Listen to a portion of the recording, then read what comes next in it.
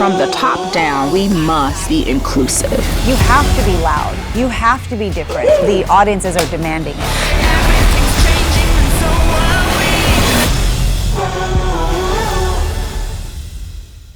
Welcome, everyone. Thank you so much for being here. It's no small miracle to make time and be present for something like this. We're so grateful.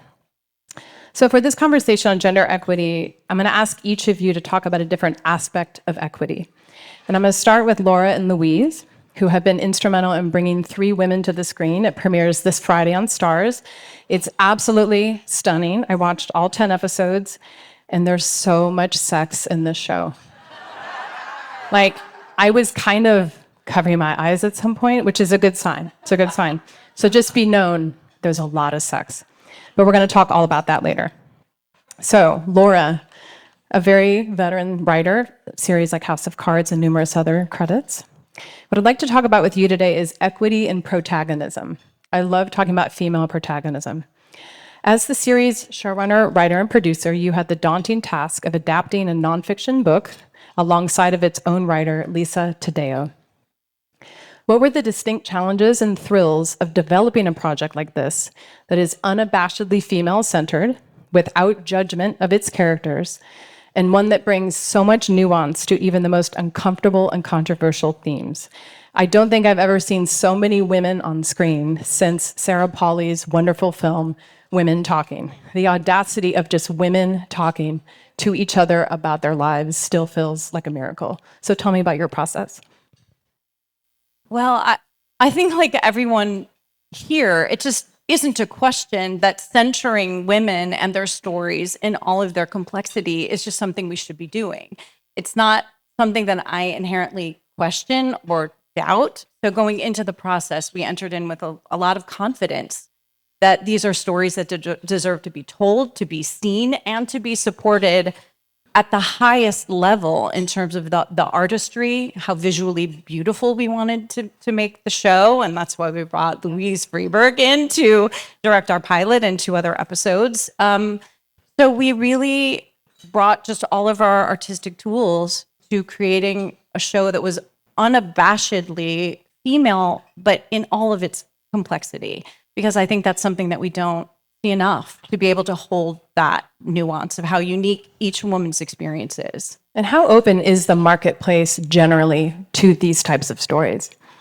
Well, I mean, I think we all are feeling this contraction of the moment, and I think we caught I hope, I'm hoping we'll come back, but it was a little bit of the tail end of the doors really being open to make what we want to make and to really have a lot of financial support. And so I don't know, I'm in my own development projects feeling a little bit of the contraction of that. And I hope 3 women and that people will watch and that its success hopefully will continue to open doors, that really supporting these stories and supporting them in all ways is important. But I do think we're moving into a moment where it's going to be harder than it's a tough time. And originally this show was scheduled to be on Showtime. Correct. So it's pretty incredible and wonderful that Starz was able to bring this to light, because we've seen so many wonderful shows fall by the wayside or just disappear into development hell, as they say. So thank you, Starz, for saving Absolutely. 3 women. And it couldn't be a better home for us. Absolutely. Yeah. Couldn't be a better home. Thank you. Thank you. And Louise, congratulations. Gorgeous work in this series. With you, I'd like to talk about something that maybe is tapping into some of your Europeanness. She's from Denmark, which is equity in depictions of sex and bodily autonomy. And there's something very special about this show in the sense that there are scenes I have never seen depicted before. And without spoiling too much, there's a fairly harrowing miscarriage scene where a character is losing her baby on the floor of a bathroom, alone, naked, afraid. There's polyamory in the show, unapologetic polyamory. And so, with your European eye, we tend to be a little bit more chaste and a little bit more, closed off on these topics. How do you balance the need to normalize these experiences while also entertaining the audience? That's a good question. Well, thank you. How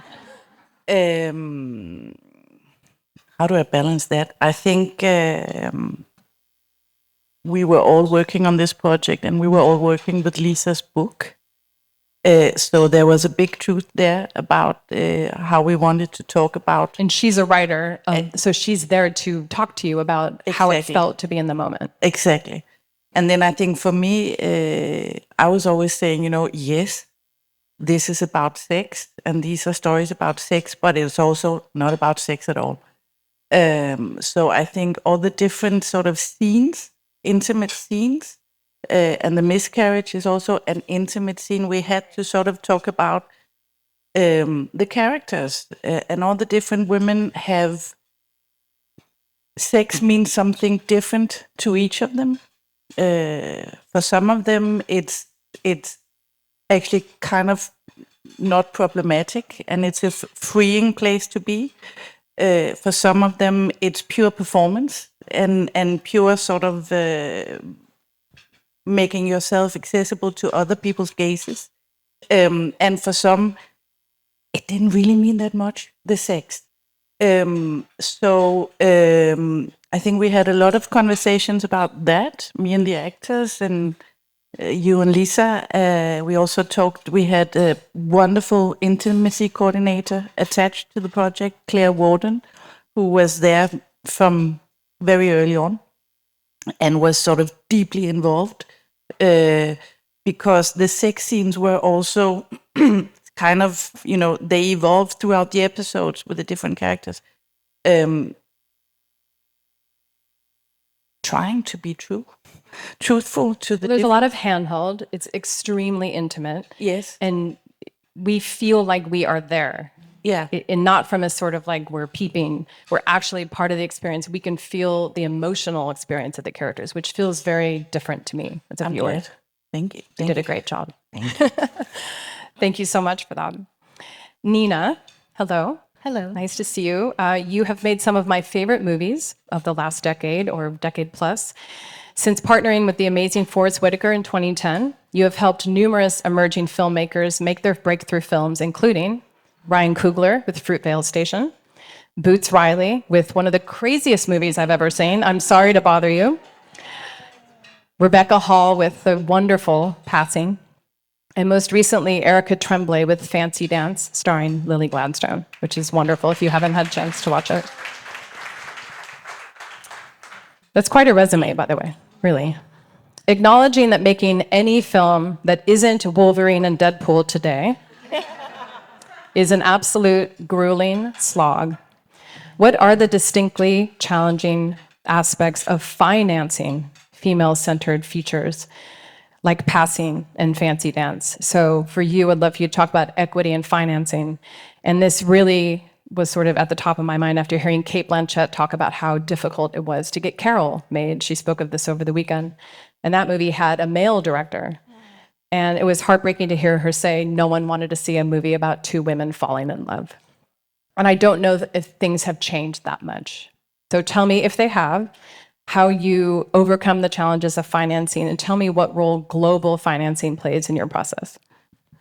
So I think the challenges are still in existence. It's just about how do you package something to create value for the marketplace. You're always going to have your allies, and then allies, whether it's a studio or financing. But I think from a producer perspective, I sell with so much passion, and I would tell investors, like, I'm putting my entire reputation and my track record on the line for you. I love that drama. Yeah, That's very dramatic. Yeah, you have to be really dramatic. But what happens is they see the passion, right? And also, I also say, I'm putting everything on the line, meaning if I lose this bet, I go down with it. So, and I'm okay with that. And then, so a lot of times that does work.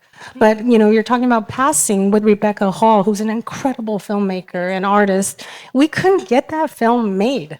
We could not get... Even she as a known performer with her directorial debut, it was Correct. difficult. And we had Tessa Thompson, and we had Ruth Negga. And everybody's like, I don't know if anybody's going to So watch I'd this love movie. to, what do they say in those moments? What is their reason? Is it because it was a period piece? It was a kind of an odd, intimate, based on Yeah. this IP that no one had heard of? What was their reason? Period piece, 2 women of color, a woman director, black and white film. You're crazy to want to do this. Yeah. So how did you overcome that challenge? So Rebecca wrote the script prior to me joining for like 8 years, sitting on it, trying to get it made. So I started fundraising, and I remember all the agents said, meet Rebecca, tell her not to shoot it in black and white, and make it more commercially viable. I sat with her, and I'm like, this is amazing. She like did the entire movie, storyboarded the entire movie. The movie was very personal to her Very too. This was personal very because personal. of her mother, and after that, the agent's like, how did the meeting go? I go, we're making it in black and white. and I just started going back to my previous investors who's, backed me on Fruitville Station or Dope or Sorry to Bother You. And I'm like, I made you guys a lot of money. So trust me on this one. So use your track record as sort of insurance policy. Yes. And they trust me. We're going to make it for a very responsible budget to prove once again that this movie is worthy. And the first day of filming, when I watched the monitor, I go, we got this. We got this. And then when it finally came out and Sundance invited us to premiere there, thank you, Michelle. Thank you, Michelle. And it was Absolutely. during the pandemic, virtual festival. And that was another slew of things that we have to figure out. How do we launch a film, a female-driven film during the pandemic, a virtual festival? So Nothing could have been more difficult, truly. nothing couldn't be, but we had a bidding war. So that's the thing, is like, we have to constantly prove ourselves over and over again and say, this is worth it. Trust me. Look at all the comps. We did it, but it's still a challenge. So Thank you. I feel fortified by that story. It's a very good story. Carla, I just want to wish you congratulations on your truly stunning Amazon documentary about my favorite artist, Frida Kahlo. The movie's called, appropriately, Frida. It is truly the most gorgeous depiction of an artist's life I have ever seen on film. It is beautiful. Congratulations. And will definitely be a contender this season. With you, I'd like to talk about equity in production. And mostly because your team was heavily female, it was heavily Mexican, specifically the animators who brought to life Frida's artwork in her gorgeous illustrated journals. I'd love to know what resources were most helpful to you in building out this crew. It's not like a regular movie where you're hiring folks for a scripted enterprise. This is international. Part of you are probably here, part of you are in Mexico. Tell me how you built this crew to stay true to the story you were telling, which is very reflective of the subject you're writing about, or telling the story about. Well, it starts with people taking a risk. I mean, I have a long history editing documentaries. I got a chance to edit the RBG documentary about Ruth Bader Ginsburg. Another wonderful movie. Thank you. Yeah,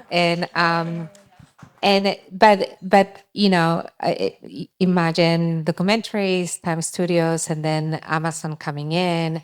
It was a risk. I was a first-time director, but they knew that as a Latina, I had something to really. They couldn't give question you doing it, really. Right. I had experience editing, but still, it was also risky to to take this story and say, yes, we're gonna do it in Frida's native language. So the concept of the film is you're hearing from Frida herself. She's telling her own story in her own words. And then we, let's animate her art, touch the art of this iconic person. So with that support, with people believing in your vision, then there's intention to create a team that is going to inject as much Latino culture and Mexican spirit into it. And that was really important for me. First, to have a mostly female team, to have those very difficult discussions that we had. I mean, as you said, it is about the complexity of the female experience. We did not want to make a film that was like rah-rah feminism. This is not like, we want to humanize Frida and not only keep her as the symbol of like perfect, female empowerment, but we want to show her at her most fragile self. Complexity. She was a difficult woman.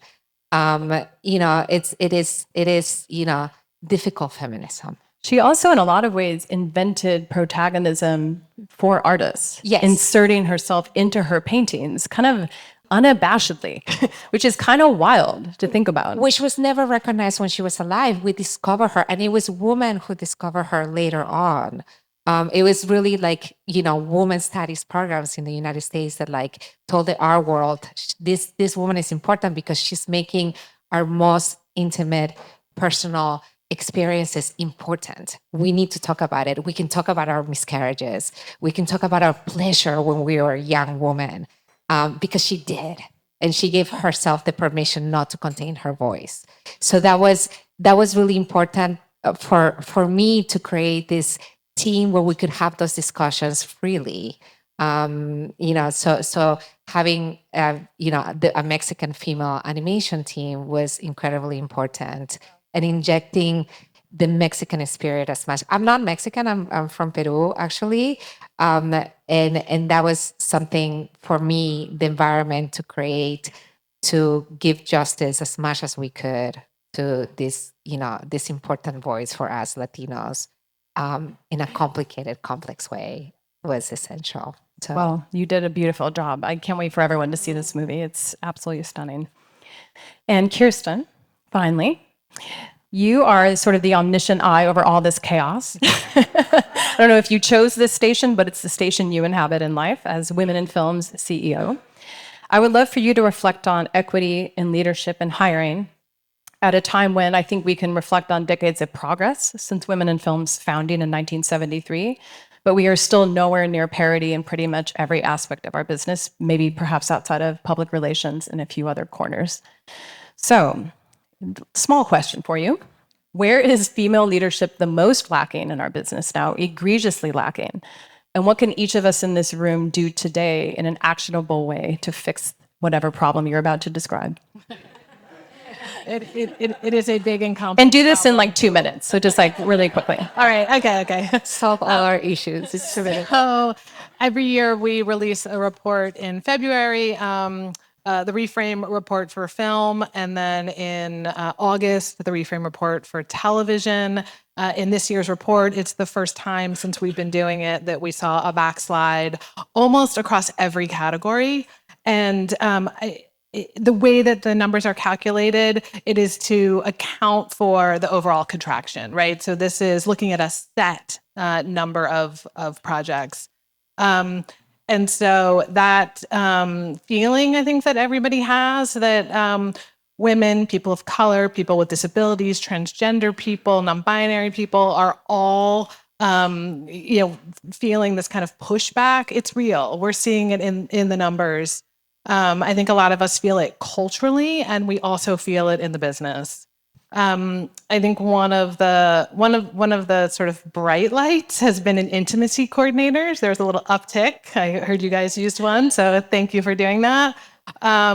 And I think one of the places that we are lacking it the most is on the business side. So whether that is leadership at the studios, production companies, within the world of financiers. We did a study a few years ago that showed the percentages of women who receive financing for their production companies. And I think it was like 18%. So we have a real problem of women having access to funding. And we're in the process of putting a new program together to address that. So I have to ask a quick question. Go ahead. Did Barbie change anything? It did for a moment. For like one weekend. I mean, maybe a little longer than that. I think it definitely demonstrated that when you put the resources behind a project like that and it's done well, that there's room for success. But it is a little bit of like lightning in a bottle that people are looking for again.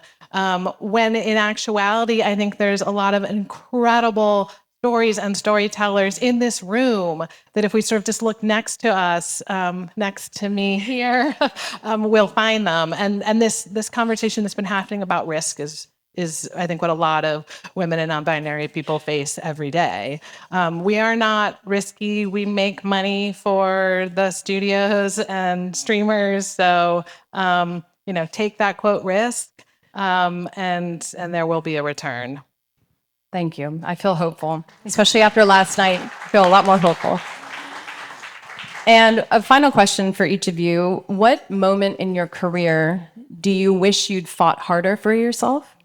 And how can you help those in the room who may be having similar struggles overcome a similar struggle? So I'm going to start with Laura. You're closest to me, so you're first. I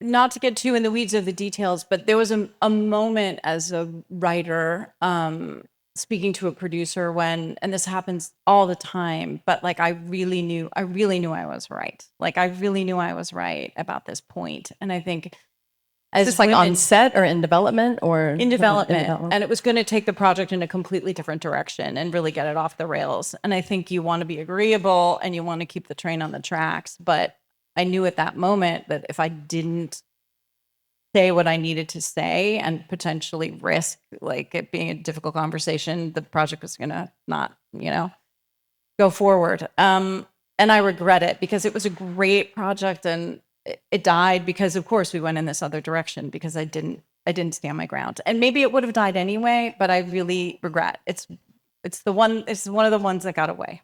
So thank you for sharing that. We've all been there. yeah. We've all been there. Yeah. Louise, how about you? Yeah, I think that's a super tricky question, and I would say there's not one moment, but I think it's all the time. Because for me, anyway, and I think a lot of women in my generation, I have a little hope that somehow some of the younger generation, I'm 51, some of the younger people feel a little differently, but I have been ingrained with not, don't make any trouble, don't ruin the good mode. So for me, it's an ongoing thing. It's hard to unlearn that conditioning. It's so hard. Yeah, But thank you for acknowledging that because it's a real issue. it is. Sure. Yeah. Thank you. Nina, how about you? It sounds like you fight a lot to get your work done. So. Well, I think it's an evolution of it, right? Of wishing I did more, but it's like I didn't know culturally. If you're Asian American, you're supposed to like be quiet and keep your head down and work hard. And the one person that really influenced me and affected me in the best way was Octavia Spencer on Fruitvale Station. She saw me bust my ass on that film, right? And then when we were releasing the movie, she goes, "Where are you on the red carpet?" I go, "Oh, it's not about me. I don't want to be there." She goes, "From here on out, every event we go to, you're going to walk with me." And that really affected me so much. She said, "I want people to see that a female producer can do what you did. And I want young women of color to see that they can do what you do." And so, and I just love her for that because in every event afterwards, she'll text me, goes, "Where are you? Are you hiding? Are you hiding?" And then she'll make sure that we walk. And then when we walked, people would be like, "Octavia, single of yourself, move to the side." And she's like, "No, she's my producer." And I was like, "Oh my God." So really just a small act of being photographed and having a record of your experience sort of forever. Yeah. Like you're in the Getty Image site forever. Yeah. You have your photo on that carpet. Exactly. Right. And now I know how important that is because every film I've done, I would go to a Q&A and women would line up to talk to me, not talk to all the dudes on my film. They talk to me. And I would text Octavia, goes, "You're so right. I'm making a difference." And it's an evolution of it. And as I go on in my career now, of what I fight for is the producer and title integrity and what we do as producers. And that's really, really important. And that kind of reflects all the way back to Fruitvale to now. Thank you, Octavia. She's amazing.